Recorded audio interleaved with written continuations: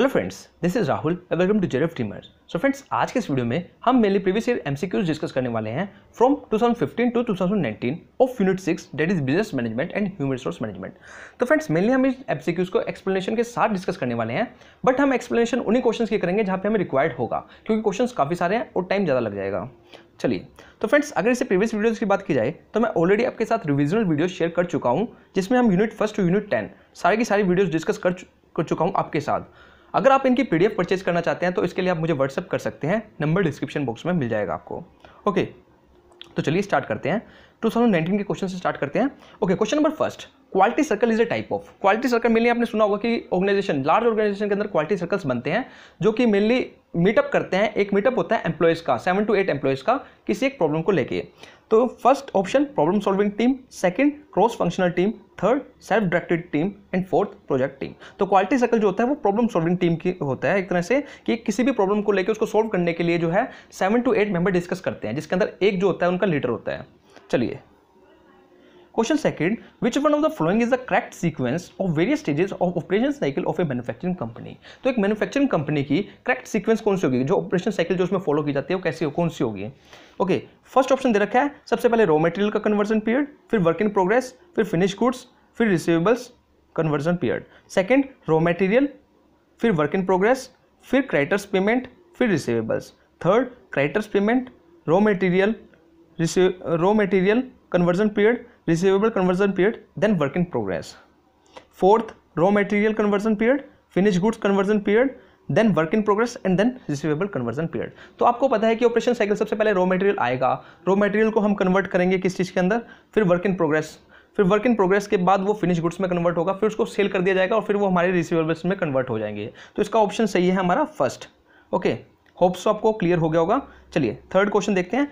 The theories that explain the formation of informal group are to include which of the following. तो जो theories हमारी informal group से related हैं कौन कौन सी हैं। A propinquity theory, option B similarity और balance theory, C displacement theory, D need for achievement theory. तो फ्रेंड्स, ऑप्शन हमें दे रखे हैं A B and C, B and D, third A and B and fourth all. तो हमारा जो answer है वो है A and B, propinquity theory and balance theory. तो अगर हम बात करें थ्योरीज ऑफ ग्रुप फॉर्मेशन, तो हमारी टोटल 4 थ्योरीज हैं ग्रुप फॉर्मेशन की। कौन कौन सी हैं ये देख लो एक बार। एक है प्रोपेगेनिटी थ्योरी, सेकंड है होमन थ्योरी, थर्ड है बैलेंस थ्योरी, फोर्थ है एक्सचेंज थ्योरी। अगर हम बात करें प्रोपेगेनिटी थ्योरी की, तो ये बेस्ड है किस चीज़ के ऊपर, प्रॉक्सिमिटी के ऊपर। मतलब जो नियर वाले होंगे ना, नियर एम्प्लॉयज़ होंगे, वो क्या कर लेंगे, अपना एक ग्रुप बना लेंगे, जो कि ऑर्गेनाइजेशन के अंदर जो एम्प्लॉयज़ जितने ज़्यादा नियर होंगे वो उतना ही बड़ा ग्रुप अपना बना लेंगे। सेकंड है ह्यूमन थ्योरी, ये बेस्ड करती है किसके ऊपर, इंटरेक्शन के ऊपर। जिस एम्प्लॉयज़ के बीच में इंटरेक्शन हो रहा है वो अपना खुद का एक ग्रुप बना लेंगे। ठीक है, मान लो एक परचेज डिपार्टमेंट का एम्प्लॉय है, एक सेल डिपार्टमेंट का एम्प्लॉय है, उन दोनों के बीच में इंटरेक्शन हो रहा है, या 2 एम्प्लॉयज सेल डिपार्टमेंट के हैं, 2 परचेज डिपार्टमेंट के हैं, एक मार्केटिंग डिपार्टमेंट का है, इन सब के बीच में क्या है, इंटरेक्शन होता है। तो ये क्या कर लेंगे, अपना ग्रुप बना लेंगे। ये किसके अकॉर्डिंग है, ह्यूमन थ्योरी के ऊपर। बैलेंस थ्योरी क्या कहती है, बेस्ड ऑन सिमिलर एटीट्यूड। जिस एम्प्लॉयज का एटीट्यूड सिमिलर नेचर का है वो आपस में क्या बना लेंगे, ग्रुपिंग कर लेंगे। लास्ट कहती है exchange theory, based on reward and cost. तो जिसके बीच में एक्सचेंजेस हो रहे हैं रिवॉर्ड एंड कॉस्ट के रिगार्डिंग, वो अपना क्या कर लेंगे, ग्रुप क्रिएट कर लेंगे। तो मेनली हमारी क्या है, 4 थ्योरीज है ग्रुप फॉर्मेशन की। होप्स तो आपको क्लियर हो गया होगा। चलिए next question, functions of first level और front line supervisor are to be include which of the following. तो जो फ्रंट लेवल के जो सुपरवाइजर होते हैं उनके मेनली कौन कौन से फंक्शन होते हैं। To determine individual job assignment, B to attend to grievances and resolve conflicts, C to provide technical knowledge and guidance to workers, D to supply strategic information related to production to management। And हमारे correct option दे रखे हैं, first A and B, second B and C, third C and D, fourth all of them. तो जो हमारे front line के जो functions होते हैं ना, उनके क्या है, सारे के सारे ये जो सारे के सारे फंक्शंस होते हैं वो परफॉर्म करते हैं। जैसे कि ग्रीवियंस को अटेंड करना, टेक्निकल नॉलेज और गाइडेंस देना, वर्कर्स को गाइडेंस देना, to supply strategic information. Mainly इसमें हमारे जो सुपरवाइजर आ जाते हैं ना, जो ऊपर निगरानी रख के चलते हैं किसके ऊपर, वर्कर्स के ऊपर। तो उनके जितने भी फंक्शंस होते हैं वो उनको गाइड भी करे रखते हैं। ठीक है, उनको निगरानी में भी रखते हैं कि ये सही काम कर रहे हैं नहीं कर रहे हैं। तो सारे के सारे फंक्शंस परफॉर्म किए जाते हैं इनके थ्रू। चलिए नेक्स्ट क्वेश्चन है मैच ऑफ द फ्लोइंग का। कैटेगरी ऑफ कंपनसेशन दे रखा है और हमें कंपनसेशन प्लान दे रखा है। तो ए है pay for time not worked, B है सर्विस एंड प्रीरिक्विजिट्स, सी है प्रोटेक्शन प्रोग्राम, डी है इंसेंटिव पे एंड ई है डिफर्ड पे। और हमको कंपनसेशन प्लान दे रखा है saving plan, stock plan, okay, pension plan, sick leave and low cost. तो हमें मैच करना है। देखो जब भी मैच ऑफ द फ्लोइंग का क्वेश्चन आए तो सबसे पहला काम ये देखना है कि आपको पता कौन सा इनमें से। देखो पे फॉर टाइम नॉट वर्क, आप उस टाइम के लिए पे कर रहे हो जिस टाइम आपने वर्क नहीं किया। तो ऐसा कब होगा? ऐसा तभी तो होगा जब आपने सिक लीव ले रखी होगी। जब हम लीव ले लेते हैं तो उस टाइम के हमको पैसे तो मिलते हैं, लेकिन हम उस टाइम वर्क नहीं कर रहे होते। तो यहाँ से हमें पता लग गया कि ए का तो होगा क्या, फोर्थ, ठीक है, ए का होगा फोर्थ। अब सी में देखो प्रोटेक्शन प्रोग्राम, आपको प्रोटेक्शन प्रोग्राम से रिलेटेड है, प्रोटेक्शन आ गया तो किसी से रिलेटेड होगा? सेविंग से। तो सी पे आ गया फर्स्ट। अब सी पे हम देखते हैं पहले फर्स्ट, तो सी पे फर्स्ट आ गया, ए पे फोर्थ आ गया, तो इसका आंसर क्या होगा? थर्ड। तो इसका आंसर क्या होगा? थर्ड हो गया। तो इस तरह से आपको क्या करना है, एक आइडिया लगाना है। जन पहले ये देखना है कि कौन सा आपको पता है। चलिए next question, which of the following type of authority are mostly find in most organisation. तो मोस्टली ऑर्गेनाइजेशन में कौन सी अथॉरिटी हमको फाइंड आउट देखने को मिलती है? A divisional authority, B line authority, C staff authority, D functional authority. Choose the following option. Option दे रखे हैं A and B, second B and C, third A B and C, fourth B C and D. तो mainly हमें ए B and सी मतलब कि divisional authority देखने को मिलती है, लाइन अथॉरिटी देखने को मिलती है, स्टाफ अथॉरिटी। तो मेनली ये तीन अथॉरिटी हमें ऑर्गेनाइजेशन में जनरली देखने को मिलती है। तो फ्रेंड्स ऐसा नहीं है कि मेरे सारे के सारे आंसर्स ठीक ही होंगे। देखो आपको चैलेंजेस भी करना है साथ के साथ। जिस तरह आप एनटी की आंसर की पे चैलेंज करते हो ना, इसी तरह आपको इन आंसर पर भी चैलेंज करना है। हो सकता है कि आप ठीक हो, मैं गलत हूँ, ठीक है। तो ये जरूरी नहीं है कि सारे के सारे मेरे आंसर ही ठीक होंगे। चलिए, which of the following is not a factor contributing to MBO failure, program failure. तो कौन सा फैक्टर जो है एमबीओ प्रोग्राम फेलियर से कंट्रीब्यूट नहीं करता? First, altering goals to meet changes in circumstances, second easy goals, third lack of management support, fourth setting of unrealistic difficult goals. So it's answer is fourth, that sorry it's answer is first. इसका answer आएगा first. यहाँ पे गलती से by mistake fourth हो गया, तो इसका आंसर आएगा first, that is altering goals to meet changes in circumstances. कि हम सर्कमस्टांसेस के अकॉर्डिंग अपने गोल्स को क्या कर रहे हैं, अल्टर कर रहे हैं। तो ये अच्छी चीज़ है, क्योंकि हमारा जो एक्सटर्नल इन्वायरमेंट है वो कॉन्स्टेंट नहीं रहता, वो चेंज होता रहता है। तो उसके अकॉर्डिंग हमको एडजस्टमेंट करनी पड़ती है। तो इसका आंसर फर्स्ट आएगा। हालांकि इसका आंसर सेकंड भी हो सकता है। देखो अगर आपने ईजी गोल्स डिसाइड कर लिए तो वो भी आपका एमबीओ फेलियर का कोई लिंक नहीं रखता उससे भी, ठीक है। तो इसका आंसर अब मुझको आपने बताना है कि हम इसका आंसर फर्स्ट से ही ठीक माने या सेकंड ठीक माने। चलिए नेक्स्ट क्वेश्चन पे चलते हैं। Following are the events of organisation culture. तो ऑर्गेनाइजेशन कल्चर के कौन कौन से इसमें से इवेंट्स हैं? A customer orientation and employ policies, B quality orientation directing and motivation style, C decision making products service and responsibility to society, D reaction to competitors and guiding towards nation, E role ambiguities trade unions and policies. नीचे हमें option दे रखे हैं, first A B D and E. Option आप खुद देख लेना, ठीक है। तो मैं आपको बताता हूँ इसका आंसर क्या होगा। इसका आंसर होगा fourth, that is A B C and D. तो ये जो चारों के चारों ऊपर के जो फ्रंट है हमारा, ये सारे होते हैं इवेंट्स किससे रिलेटेड, ऑर्गेनाइजेशन कल्चर के से रिलेटेड। जैसे कि एम्प्लॉय की पॉलिसी डिसाइड करना, क्वालिटी ओरिएंटेशन और मोटिवेशन स्टाइल डिसाइड करना, डिसीजन मेकिंग डिसीजन लेना, और reaction to competitors and gratitude towards nature. तो कॉम्पिटिटर के ऊपर रिएक्शन प्रोवाइड करना, जैसे जैसे कॉम्पिटिटर कर रहे हैं हम उसके अकॉर्डिंग, उसकी देख के उसके अकॉर्डिंग हम डिसीजन ले रहे हैं, तो ये रिएक्शन होता है। तो ये सब चीज़ें जो है पार्ट है किस चीज़ का, ऑर्गेनाइजेशन कल्चर का। ओके चलिए 9 देखते हैं। Maximisation of firms growth rate subject to managerial and financial concentrates as one of the important alternative objective of specially large business corporation was pleaded by. तो ये एक नॉर्मली क्या है, एक डेफिनेशन ही होगी, ये किसने दी गई है ये बताना है हमको। First Milton Friedman, second Robbins Marris, third Cyert and March, fourth H A Simon. तो ये दिया है रॉबिन मैरिस। तो जनरली ये सब्जेक्टिव टाइप का क्वेश्चन होता है, इसको जनरली आपने याद ही रखना होता है। तो किसने दिया है, रॉबिन मैरिस ने। चलिए 10th क्वेश्चन देखते हैं। The social environment of the job affects people and is also affected by them and not by management alone is the main proposition of. तो कौन सी थ्योरी के अंदर इस बात को कहा गया है कि जो सोशल इन्वायरमेंट होता है वो अफेक्ट होता है पीपल से भी and also affected by the them. People से अफेक्ट भी होता है और पीपल से को अफेक्ट भी करता है, and not by management alone, और सिर्फ मैनेजमेंट से ही नहीं। Is the main proposition of first contingency theory of organization, second system theory of organization, third classical theory of organization, fourth new classical theory of organisation. So it's answer is fourth, that is new classical theory of organization. तो इस theory ने क्या क्या रखा है, इस theory कहती है कि जो ऑर्गेनाइजेशन है ना वो एक सोशल सिस्टम है। जो ऑर्गेनाइजेशन है वो क्या है, एक सोशल सिस्टम है, और जो उसकी परफॉर्मेंस है वो अफेक्ट होती है किससे, ह्यूमन फैक्टर से। तो ह्यूमन जैसे जैसे करता है, जो जो फैक्टर्स परफॉर्म करता है ऑर्गेनाइजेशन के अंदर, उससे जो है ऑर्गेनाइजेशन की परफॉर्मेंस पर इफेक्ट पड़ता है। इफेक्ट के पड़ने का मतलब पॉजिटिव भी हो सकता है और नेगेटिव भी हो सकता है। चलिए नेक्स्ट क्वेश्चन, मोटिवेशन फोर्स और level of efforts is not equal to satisfaction and performance is propounded by. देखो मोटिवेशन थ्योरी मतलब कि आपको इस एमसीक्यूज को अटेम्प्ट करने से क्या पता लगता है कि कौन कौन से टॉपिक्स जो है हमारे इंपॉर्टेंट हैं, ठीक है, किस पर हमें फोकस करना है। तो मोटिवेशन थ्योरी जो है इस तरह का टॉपिक है जिसको आपको भूल कर भी छोड़ के नहीं जाना, ठीक है। तो आपको बताना है कि किसने प्रोपाउंड किया था, first Porter's Lawler model, second Vroom's expectancy model, third X and Y theory, fourth Adams equity theory. तो ये किया था first Porter's and Lawler model. तो मैंने इनके ऊपर स्पेशल लेक्चर्स डाल रखे हैं, मोटिवेशन थ्योरीज हो गया, इंटरनेशनल ट्रेड थ्योरीज हो गया, तो आप जाकर देख सकते हैं। ओके चलिए, list out the given statement the important ethical principal that A business should follow, कि कौन कौन से एथिकल प्रिंसिपल है जो कि बिजनेस को फॉलो करने चाहिए। A, to take the necessary action for the development of the concern industry और business. B, pay taxes and discharge other obligations promptly. C, to ensure the best utilization of the human resources.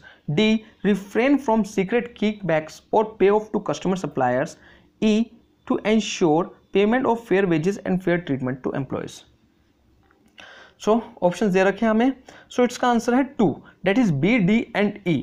तो mainly जो हमारे ethical principles हैं वो ये है कि हमको टाइमली पेमेंट करनी है टैक्सेस की, हमें बेस्ट यूटिलाइजेशन करना है ह्यूमन रिसोर्सेज का, हमें रिफ्रेन फ्रॉम सीक्रेट कीबैक्स, हमें किसी भी तरह का सीक्रेट कीबैक्स मतलब कि सीक्रेट्स अपने अंदर ऑर्गेनाइजेशन के अंदर बना के नहीं रखने, ओके, जिससे पे ऑफ करना पड़े हमें कस्टमर को, सप्लायर्स को और एडमिनिस्ट्रेटर्स को।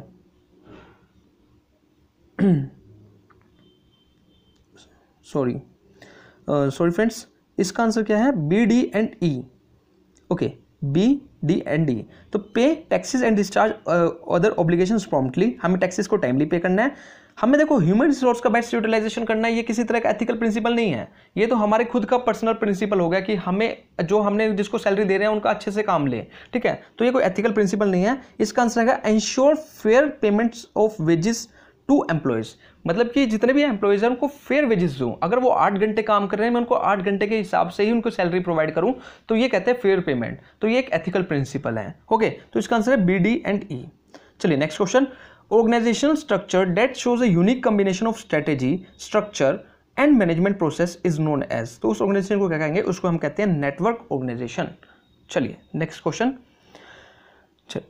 Promoting team spirit, harmony and unity within the organisation is the principle of. तो जो 14 प्रिंसिपल्स हैं हेनरी फ्योल के, वो अच्छे से कर लेना, इसके ऊपर मैंने वीडियो बना रखी है। सो ये है एस्पिरिट द कॉर्प्स। तो एस्पिरिट द कॉर्प्स कहता है कि इसको हमको अपने ऑर्गेनाइजेशन के अंदर क्या करना चाहिए, टीम स्पिरिट प्रमोट करना चाहिए, हमको टीम के अंदर रह के काम करना चाहिए, कोऑपरेशन के साथ काम करना चाहिए। ये क्या रखा है एस्पिरिट द कॉर्प्स प्रिंसिपल के अंदर। चलिए अब 2018 के क्वेश्चन शेयर करते हैं। Which one of the following is not the advantage of database management system? तो database management system के कौन सा इसमें एडवांटेज नहीं है। First, improve data integrity, second, high acquisition cost, third, share data, fourth, centralize control. So it's answer is high acquisition cost. तो ये कोई एडवांटेज नहीं है, ये एक डिसएडवांटेज है। Next question, for performance assessment of employees helping to meet legal requirement is the application of which of the following. First, organizational maintenance purpose, second, administrative purpose, third, documentation purpose, fourth, development purpose. तो बात जब legal requirement की आ गया तो हमें सीधा पता लगना जाना चाहिए कि ये डॉक्यूमेंट पर्पस के रिगार्डिंग है, ठीक है। हमें अपने डॉक्यूमेंट्स कंप्लीट करने हैं, इस चीज़ के रिगार्डिंग है, तो डॉक्यूमेंट पर्पस के रिगार्डिंग ये बात कही गई है। चलिए next question, match the item of list 1 with list second. एक हमें दे रखा है propounded bye of theory, second theory of motivation. देखो फिर से क्वेश्चन आ गया 2018 के अंदर, किस चीज़ से रिलेटेड, मोटिवेशन थ्योरी से related. Doctor William Ouchi, B, Douglas McGregor, C, Frederick Herzberg, D, H Maslow. List second में दे रखा है theory of motivation. First, X theory, second, need hierarchy theory, third, Z theory, fourth, hygiene theory. Okay, तो doctor William Ouchi ने दी थी Z theory, ए पे तो आएगा थर्ड। तो ए पे थर्ड कहाँ पे है, सेकंड में दे रखा है, तो इसका आंसर क्या हो जाएगा, सेकंड हो जाएगा। बाकी मैं आपको बता देता हूँ, एच मैस्लो ने दी थी need theory, need hierarchy theory, Douglas McGregor ने दी थी X theory, and Frederick Herzberg ने दी थी कौन सी theory, hygiene theory. Okay, hope so clear हो गया होगा। Which one of the following item is not a part of job specification. तो जॉब स्पेसिफिकेशन और जॉब डिस्क्रिप्शन बड़े अच्छे से मैंने डिस्कस कर रखा है कंप्लीट वीडियो के अंदर, होप सो आपने उसको भी देख लिया होगा। तो इसमें बता रखा है इसमें से कौन सा एलिमेंट जो है जॉब स्पेसिफिकेशन का पार्ट नहीं है। जॉब स्पेसिफिकेशन जो होता है मेनली हमारी एम्प्लॉयज से रिलेटेड होता है कि एम्प्लॉयज के अंदर कौन कौन सी स्किल्स हैं, क्या क्या उसको कौन सी स्किल्स रिक्वायर्ड होनी चाहिए, ठीक है। तो A, first, judgement, second emotional characteristics, third location, fourth initiative. So it's answer is location. Location जो है मेनली हमारे जॉब से रिलेटेड करता है, एम्प्लॉय से रिलेटेड नहीं करता, तो इसका आंसर क्या आएगा, location. Next question, which one of the following is the oldest form of organization. तो इनमें से कौन सी जो है ओल्डेस्ट फॉर्म है ऑर्गेनाइजेशन की। First functional organization, second committee organization, third line organization, fourth project organization. So it's answer is third, that is line organization जो है एक ओल्डेस्ट फॉर्म है किसकी, ऑर्गेनाइजेशन की। Okay, next question, which one of the following is not the advantage of external recruitment. तो अगर हम external recruitment करते हैं तो उसकी कौन सी एडवांटेज नहीं है। First, benefit of new skill, new talent and new experience to organization. Second, compliance with reservation policy become easy. Third, good performance is rewarded. Fourth, scope of resentment, jealousies and heartburn are avoided. So its answer is good performance is rewarded, कि good performance को reward दिया जाएगा, तो इसलिए कोई advantage नहीं है किसकी, एक्सटर्नल रिक्रूटमेंट की। चलिए next question, everyone benefit when the focus is on common interest and promotion of harmony is the underlying assumption of which of the following approach of industrial relation। तो industrial relation की जो approach है काफ़ी important है friends, इसको भी अच्छे से कर लेना। First human relation approach, second pluralistic approach, third matrix approach, fourth unitary approach.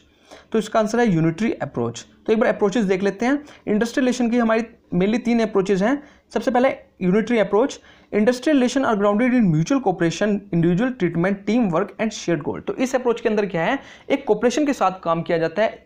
हम क्या करते हैं, टीम वर्क के साथ एंड शेयर गोल, मतलब कि अपने गोल्स को शेयर करके और कोऑपरेशन के साथ इसके अंदर हम काम करते हैं। जबकि प्लूरिस्टिक के अंदर क्या होता है, कन्फ्लिक्ट्स होते हैं मैनेजमेंट के बीच में और एम्प्लॉयज के बीच में। यहाँ पे मेनली क्या होता है, कन्फ्लिक्ट्स होते हैं, और यूनिटरी में क्या होता है, कोऑपरेशन होता है। और मैट्रिक्स के अंदर क्या होता है, हमारा फोकस इकोनॉमिक एक्टिविटीज पर होता है रेदर देन कन्फ्लिक्ट्स और कोऑपरेशन। कोऑपरेशन और कन्फ्लिक्ट्स को छोड़ के हम इकोनॉमिक एक्टिविटीज पर फोकस करते हैं, प्रॉफिट पर ज़्यादा फोकस करते हैं। ठीक है, ये 3 अप्रोचेज है, काफ़ी इंपॉर्टेंट है, इसको आपको ध्यान रखना है।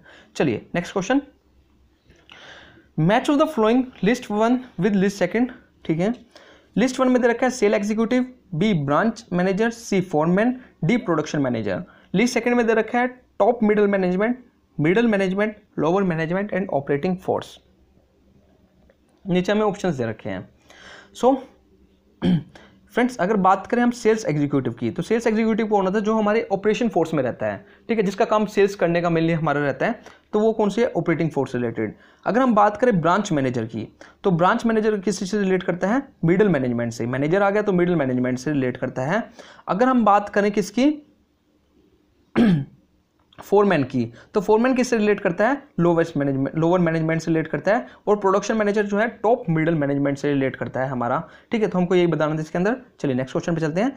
विच one of the following initiative is not the strategy of managing shortage of employee in an organization. तो कौन सा इसमें से इनिशिएटिव है जो स्ट्रेटेजी नहीं है शॉर्टेज को मैनेज करने के लिए एम्प्लॉयज की। First, hire temporary employees, second, attempt to reduce turnover, third, employee training, fourth, offer incentive to postpone retirement. तो एम्प्लॉय को ट्रेनिंग देना कोई इनिशिएटिव नहीं है। ये तो हम जब भी कोई नया एम्प्लॉय है तो उसको ट्रेनिंग प्रोवाइड करते ही करते हैं। ठीक है, तो ये कोई इनिशिएटिव नहीं है। 10th क्वेश्चन देखते हैं। Select the correct code of the statement being correct और इनकरेक्ट। स्टेटमेंट फर्स्ट दे रखा है, it is significant feature of human that he plans. ये एक सिग्निफिकेंट फीचर है ह्यूमन का कि वो प्लानिंग करता है। सेकंड स्टेटमेंट दे रखा है, plan is a trap to capture the future. Plan एक क्या है, एक ट्रैप है, हम फ्यूचर को कैप्चर करके चलते हैं। बिल्कुल सही बात है, तो इसका आंसर है both statements are correct। चलिए next question, management is a set of principle relating to its function. तो मैनेजमेंट किसका सेट है, प्रिंसिपल्स का, जो कि फंक्शन से रिलेट करता है। Management is essential to run all types of organization, और मैनेजमेंट एसेंशियल है to run all types of organization. Okay, both statements are correct and R is the correct explanation of A, so it's answer is first.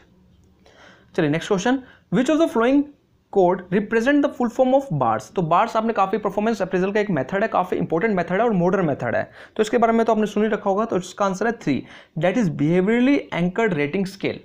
तो BARS की full form क्या है, behaviourally anchored rating scale. चलिए next question, okay next question, which among the following is not a correct statement with regard to corporate governance in India. Every company must appoint an individual or firm as auditor. Second, the independent director must attend at least 3 meetings in a year. Third, one or more women director are recommended for certain class of companies. Fourth, the maximum number of permissible director cannot exceed 15 in a public limited company. So its answer is second. That is the independent director must attend at least 3 meetings. तो independent director को कम से कम 3 meeting attend करनी चाहिए एक year के अंदर. तो ऐसा जरूरी नहीं है, तो ये करेक्ट स्टेटमेंट नहीं है. ओके, चलिए next question. The VRIO framework used in HR function in today's era refers to 4 criteria. Identify the correct code. तो वीडियो किस चीज़ से रिलेट रखता है, इसके 4 क्राइटेरिया कौन कौन से हैं ये बताना है हमें. तो इसके जो 4 क्राइटेरिया हैं वो है क्या, value, rarity, imitability and organisation. Imitability and organisation. Okay, अगर हम वीडियो फ्रेमवर्क की बात करें तो ये क्या है. देखो, वीडियो फ्रेमवर्क एक स्ट्रेटेजिक एनालिसिस टूल है. स्ट्रेटेजी को एनालाइज करने का एक टूल है design to help organization uncover and protect the resources and capabilities that give them a long run competitive advantage. तो मेनली इसको डिजाइन किस लिए किया गया था, इसको डिजाइन इसलिए किया गया था ताकि हम अपने रिसोर्सेज को क्या कर सके, प्रोटेक्ट कर सके, जिससे हम लॉन्ग टर्म कॉम्पिटिटिव एडवांटेज को गेन कर सके. तो मेनली रिसोर्सेज को प्रोटेक्ट करने के लिए जो था वीडियो फ्रेमवर्क को डेवलप किया गया था. The framework should be put into play after the creation of vision statement but before the strategic planning process.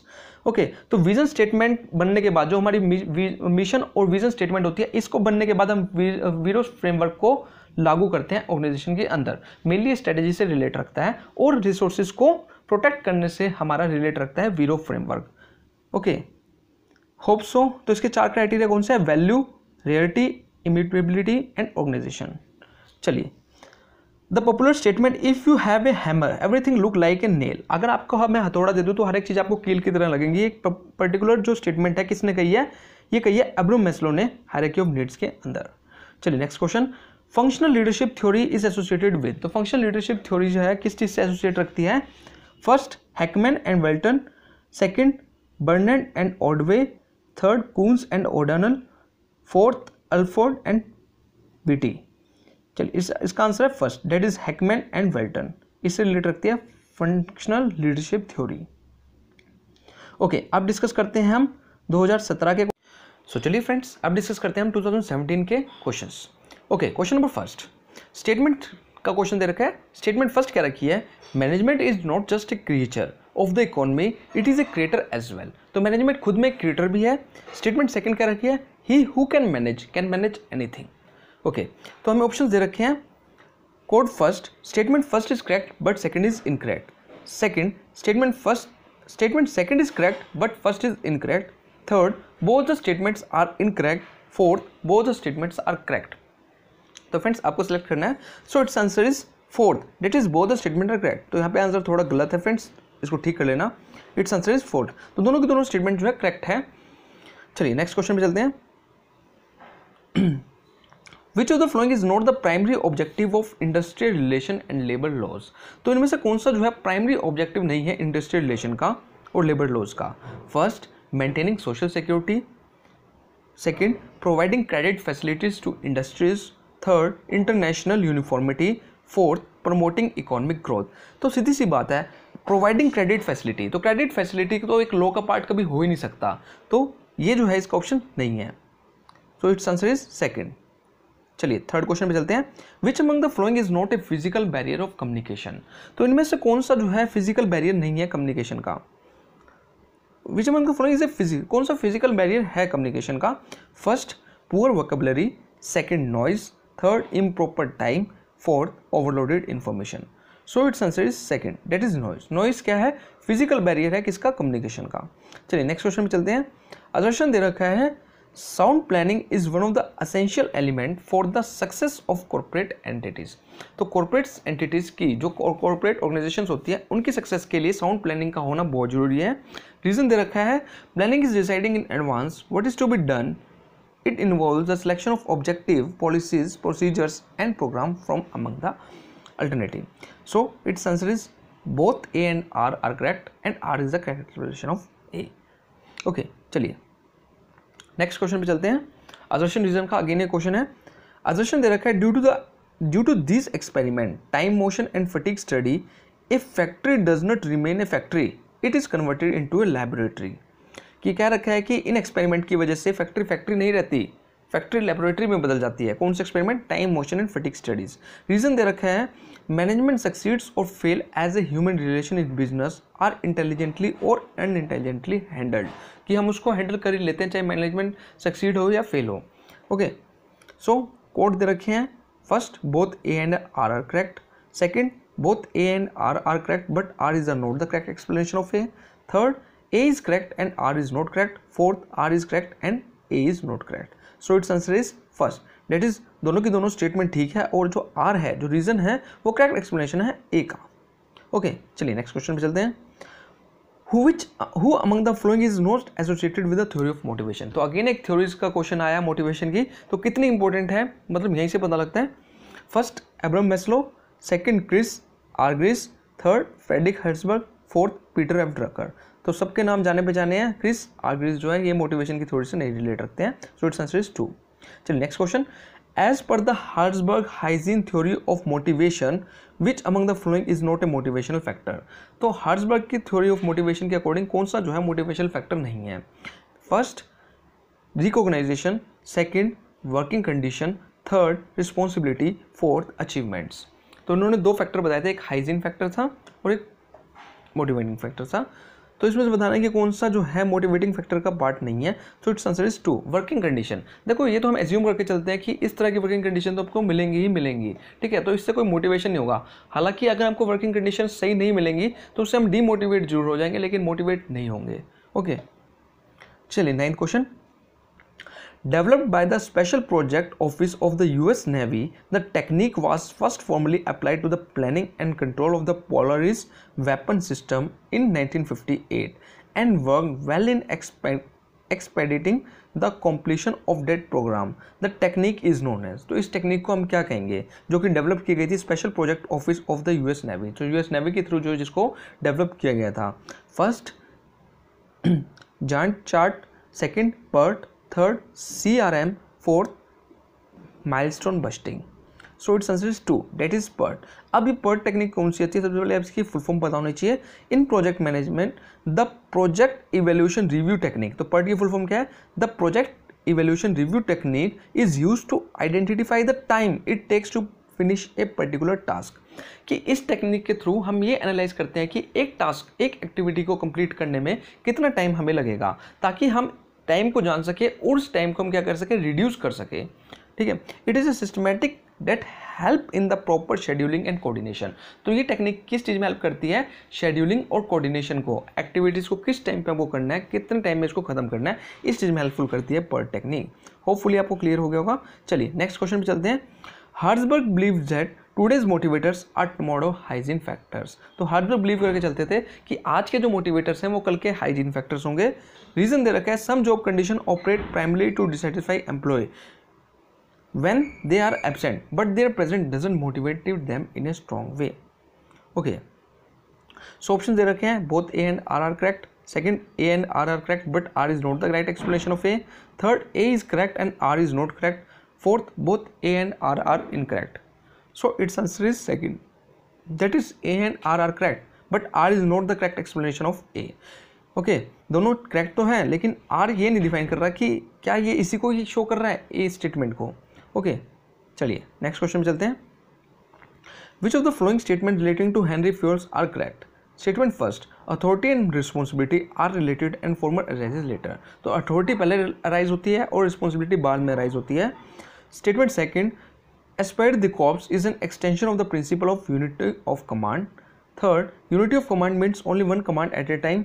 Fourth, there are 14 basic principles of Henry Fayol. तो फोर्थ स्टेटमेंट तो ठीक है ही है, ये तो हमें पता है, लेकिन अब हमें देखना है फोर्थ के साथ कौन कौन सी आ रही है, फर्स्ट सेकंड थर्ड, फर्स्ट या सेकंड। ओके, स्टेटमेंट फर्स्ट देखते हैं। स्टेटमेंट फर्स्ट क्या रखा है?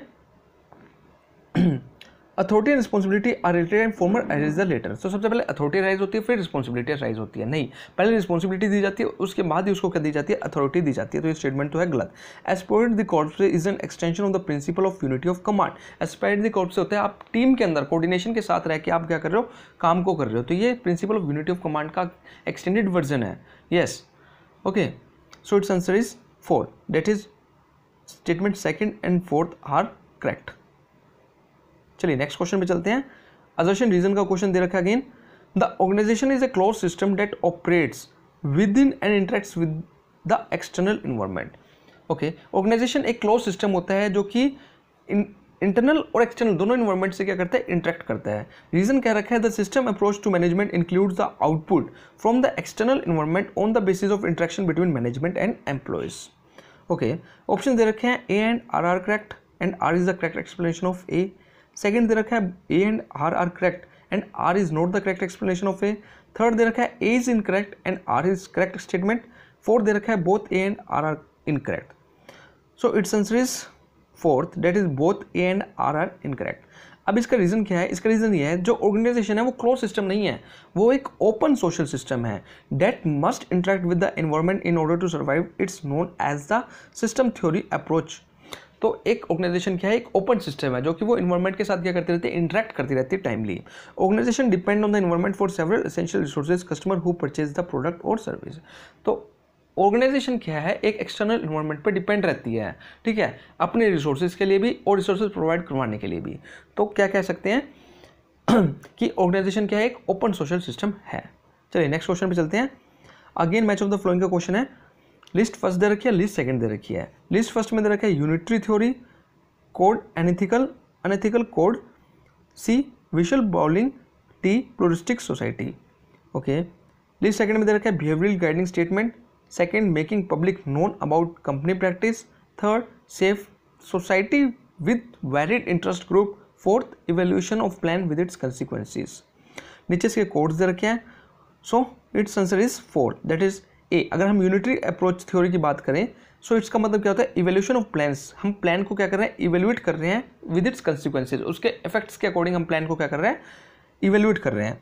और अगर हम बात करें बी की, code ethical, so it's behaviour guiding statement. तो एथिकल कोड का मतलब क्या होता है, एथिकल कोड का मतलब क्या होता है, जो हमें गाइड कर रहे हैं, ऐसा बिहेवियर जो हमें गाइड कर रहा है, ठीक है। विजुअल बाउलिंग का तो आपको पता ही होगा कि कंपनी के ही making public known about companies practice, कि कंपनी का एम्प्लॉय ही कंपनी की प्रैक्टिस के बारे में डिस्क्लोजिंग कर रहा है, अनएथिकल प्रैक्टिस के बारे में क्या कर रहा है, डिस्क्लोज कर रहा है, उसको हम क्या कहते हैं, विजुअल बाउलिंग।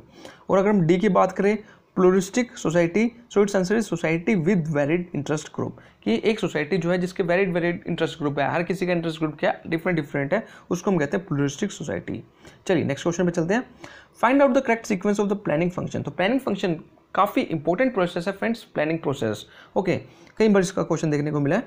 सो क्या इसका करेक्ट फंक्शन होगा, इसका फंक्शन होगा, सबसे पहले हम क्या करेंगे, डायग्नोसिस करेंगे अपॉर्चुनिटी को एनालाइज करेंगे कि अपॉर्चुनिटी कौन सी अवेलेबल है। उसके बाद हम क्या करेंगे, एस्टैब्लिशिंग ऑब्जेक्टिव को क्या करेंगे, एस्टैब्लिश करेंगे। देन हम क्या करेंगे, आइडेंटिफाइंग एंड कंपेयरिंग अल्टरनेटिव्स, जो अल्टरनेटिव्स हमने सेलेक्ट करें उनको कंपेरिजन करेंगे। उसके बाद हम एक पर्टिकुलर प्लान सेलेक्ट कर लेंगे और फिर क्या करेंगे, हम चूजिंग एन अल्टरनेटिव। फिर हम क्या करेंगे, पहले अल्टरनेटिव को चूज करेंगे, उसके बाद ही हम क्या करेंगे, प्लान को फॉर्मुलेट करेंगे। Okay, so it's answer is 3, that is A B C E and T. Okay, hope so आपको क्लियर हो गया होगा। तो ये थे 2017 के क्वेश्चंस। सो चलिए फ्रेंड्स डिस्कस करते हैं 2016 के important MCQs. Okay, question number first, which of the following statements are correct about scalar chain principle as given by Fayol. A, every communication goes up and down must flow through each position in the line authority. B, chain of communication cannot be broken under any circumstances.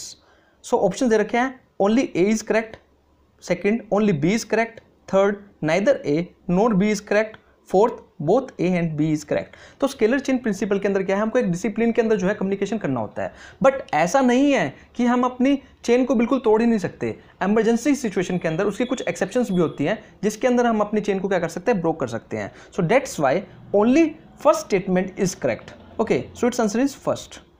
चलिए second, एक mission statement जो है वो किस तरह की होनी चाहिए, A self explanatory, B elaborate, C distinctive, D feasible.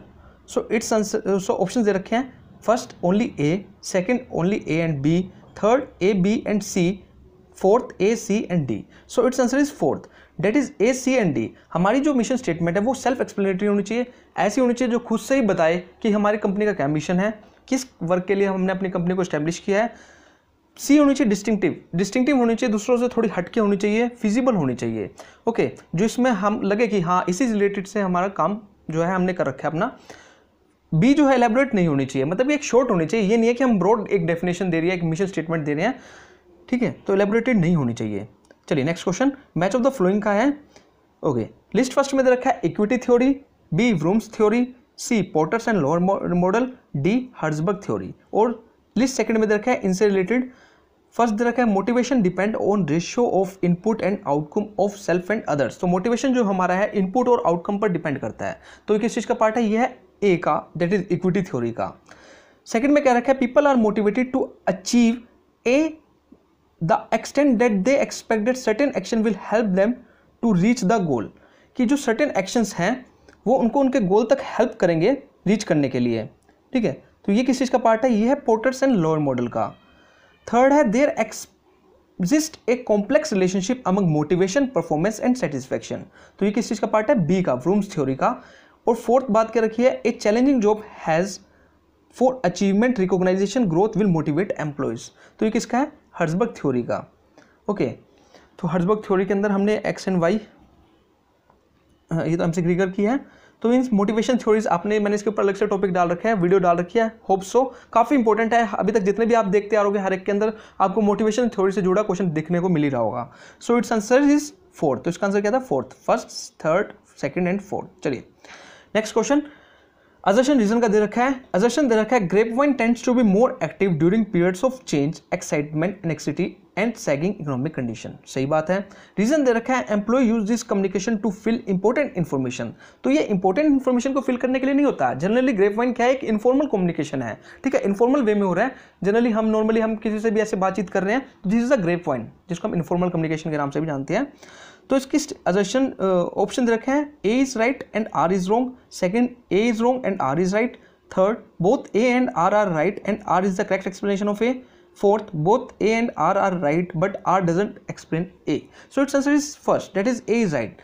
First तो राइट है बट सेकंड रॉन्ग है। इसमें इंपॉर्टेंट इन्फॉर्मेशन के रिगार्डिंग फिल करने के रिगार्डिंग हम ग्रेपवाइन कम्युनिकेशन को नहीं करते। इस टाइम पे हम जो है फॉर्मल कम्युनिकेशन को ज़्यादा प्रेफर करते हैं। चलिए next question, the apex body at the highest level of the unit division which overseas the functioning of quality circle is called. जो एपेक्स बॉडी है उसको हम क्या कहते हैं, जो क्वालिटी सर्कल। देखो क्वालिटी सर्कल से रिलेटेड 2019 के अंदर भी हमने क्वेश्चन देखा था और अभी भी है, तो काफी इंपॉर्टेंट टॉपिक बनता है क्वालिटी सर्कल अपने आप को। Option first facilitator, option second coordinator, option third steering committee, option fourth supervisory committee. So it's answer is third, that is steering committee. अगर हम स्टीयरिंग कमेटी के बारे में बात करें, this is an apex body at the highest level of the unit. ये जो है अपेक्स बॉडी है, सबसे हाईएस्ट लेवल की बॉडी है और इसका काम क्या है, to oversee the functioning of quality circle in the unit and serve as advisory body. ये क्या करती है, टाइमली क्या करती है, एडवाइस देती रहती है। ठीक है, जब मेंबर डिस्कस कर रहे हैं उसके रिगार्डिंग एडवाइस देना किसका काम होता है, स्टीयरिंग कमेटी का ही काम होता है। चलिए next question, which of the following is related to the practical means of determining a moral course of action. तो मोरल कोर्स ऑफ एक्शन से रिलेटेड कौन कौन से जो है इसमें हमारे एथिक्स जो है रिलेट रखता है। First meta ethics, second virtue ethics, third normative ethics, fourth applied ethics. तो फ्रेंड्स अगर मेनली हम एथिक्स की बात करें तो मेनली हमारे 3 तरह के एथिक्स होते हैं। सबसे पहला है मेटा एथिक्स। तो मेटा एथिक्स हमारा किस चीज़ से रिलेट रखता है, concerning the theoretical meaning and reference of moral proposition and how their truth values can be determined, कि किस तरह उनकी जो ट्रूथ वैल्यूज है उनको डिटरमाइन किया जाएगा, ये बताता है मेटा एथिक्स। जबकि नॉर्मेटिव एथिक्स किस चीज़ पर फोकस करता है, concerning the practical means of determining a moral course of action, कि प्रैक्टिकल मीन्स पर फोकस करता है कौन सा, नॉर्मेटिव एथिक्स। ओके, और जो मेटा एथिक्स है वो मेनली थ्योरेटिकल पे फोकस ज़्यादा करता है। और अप्लाइड एथिक्स किससे, concern what a person is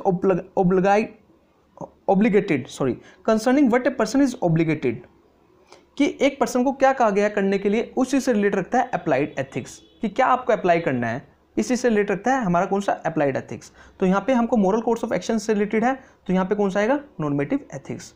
hopes आपको क्लियर हो गया होगा। चलिए अब 2015 के क्वेश्चन हम डिस्कस करते हैं। The structure of an organisation in which there is separation of ownership and management is called, जिसके अंदर ओनरशिप और मैनेजमेंट जो है दोनों सेपरेट हो जाती हैं, उसको हम क्या कहते हैं, A sole proprietorship, B partnership, C company and D cooperative society. तो उसको हम कहते हैं क्या, कंपनी। कंपनी क्या है, एक ऐसी एक तरह से कंपनी में क्या है, मैनेजमेंट और कौन है, ओनर, दोनों क्या है, सेपरेट रहते हैं। इसको हमने वैसे बिजनेस एंटिटी कंसेप्ट के नाम से भी पढ़ रखा है। तो कंपनी के अंदर क्या होते हैं, शेयर होल्डर जो है सेपरेट होते हैं ऑर्गेनाइजेशन से। चलिए second question, when a person transact with in a company on matters which is beyond the power of the company, the person will be governed by the doctrine of. Okay, again एक बार question पढ़ते हैं। When a company transacts with the company on matters which is beyond the power of the company, मतलब ये company इस matters में deal कर रही है जो कि कंपनी के पावर से ही बियॉन्ड है, तो उसको हम क्या कहेंगे? A management by exception, B constructive notice, C indoor management, D self management. तो इसको हम कहेंगे क्या? Constructive notice. तो कंस्ट्रक्टिव नोटिस में क्या है? It is assumed that the outsider person who is involving with the company for business has gone through these documents. It is duty of the outside person to be aware of the rules and regulation of the company. देखो, हम ये assume करके चलते हैं कि जो outsider parties है, जो कंपनी से डील कर रहा है, उसने कंपनी के जो इंपॉर्टेंट डॉक्यूमेंट्स है उनको रीड आउट कर लिया होगा, उसी बेस पर वो कंपनी के साथ डील कर रहा है। तो अगर कल को वो गलत डीलिंग करता है तो उसमें उसी का फॉल्ट है, हमारा कुछ फॉल्ट नहीं है। तो यहाँ पे जो फॉलो किया जाता है वो कौन सा होता है? डॉक्ट्राइन ऑफ कंस्ट्रक्टिव नोटिस को फॉलो किया जाता है। एक एजम्पशन मानी जाती है कि आउटसाइडर पर्सन ने हमारे जो इंपॉर्टेंट डॉक्यूमेंट्स हैं उनको स्टडी कर लिया होगा। चलिए नेक्स्ट क्वेश्चन। असर्शन दे रखा है MBO's effective way of planning and organising the work. Reason दे रखा है employ participation in setting the objective. तो एम्प्लॉय का पार्टिसिपेशन रहता है ऑब्जेक्टिव को सेट करने में। सो ऑप्शन दे रखा है both A and R are true, B both A and R are false, C A is true and R is false, D A is false and R is true. तो यहाँ पे दोनों के दोनों ही ट्रू है। एम्ब्यू जो है एक इफेक्टिव टेक्निक है ऑर्गेनाइजिंग को, वर्क को ऑर्गेनाइज करने के लिए, और एम्प्लॉय का इसके अंदर पार्टिसिपेट रहता है setting the objective. Mainly MBO का मतलब क्या है? Management by objective. चलिए next question. The appropriate sequence for the formation of the company are in the following order. तो A promotion, commencement of business and incorporation. तो सबसे पहले promotion, फिर कमेंसमेंट ऑफ बिजनेस, फिर incorporation. B promotion, incorporation, capital subscription and commencement of business. C capital subscription, promotion, incorporation and commencement of business. D incorporation, capital subscription, commencement of business and promotion. तो हमको बताने की कौन सा sequence जो है company follow करती है। So it's answer is B, that is सबसे पहले प्रमोशन, फिर इनकॉर्पोरेशन। सबसे पहले प्रोमोटर्स आएंगे, वो एक्सपेंस करेंगे, उसको फिर इनकॉर्पोरेट रजिस्टर्ड करवाएंगे, फिर उस कैपिटल को सब्सक्राइब करेंगे। अगर पब्लिक कंपनी है तो उनको कैपिटल मिनिमम सब्सक्रिप्शन चाहिए होगा, फिर बिजनेस को क्या कर लेंगे? कमेंस कर लेंगे। ओके, तो ये प्रोसेस है जो कि फॉलो किया जाता है कंपनी को एस्टेब्लिश करने के लिए। Next question. Delegation of authority makes the size of the organisation. कि हम डेलीगेशन करते हैं अथॉरिटी का, उससे हमारी साइज कैसा होता है? हमारे ऑर्गेनाइजेशन के साइज पर क्या इफेक्ट पड़ता है? A smaller organisation, B larger organisation, C very big organisation, D it's doesn't effect the size of organisation. So जो डेलीगेशन है, अगर हम अथॉरिटी को डेलीगेट कर रहे हैं, ट्रांसफर कर रहे हैं, उससे क्या है? हमारी ऑर्गेनाइजेशन क्या है? लार्ज हो रही है। क्योंकि अगर लार्ज ऑर्गेनाइजेशन में ही डेलीगेशन किया जाता है, मेनली स्मॉल ऑर्गेनाइजेशन में डेलीगेशन को अप्लाइड नहीं किया जाता। Next question. The span of management at the upper level is generally narrow while the lower level span is wide. Okay, reason दे रखा है the task allocate to subordinates at the lower level management are more specific and precise and thus making supervision easy and simple. ठीक है, तो क्या रखा है? जो स्पैन ऑफ मैनेजमेंट होता है, मतलब कि जनरली स्पैन ऑफ कंट्रोल, जिसके एक मैनेजर के नीचे कितने एम्प्लॉयज जो है वर्क करेंगे, ये टॉप लेवल मैनेजमेंट पे नैरो होता है और लोअर लेवल मैनेजमेंट पे कैसा होता है? ब्रॉड होता है। तो क्या ये बात ट्रू है? बिल्कुल, ये बात बिल्कुल सही है। Okay, so it's answer is C, that is both A and R are true. Next question. F.W. Taylor called the military type of foreman to.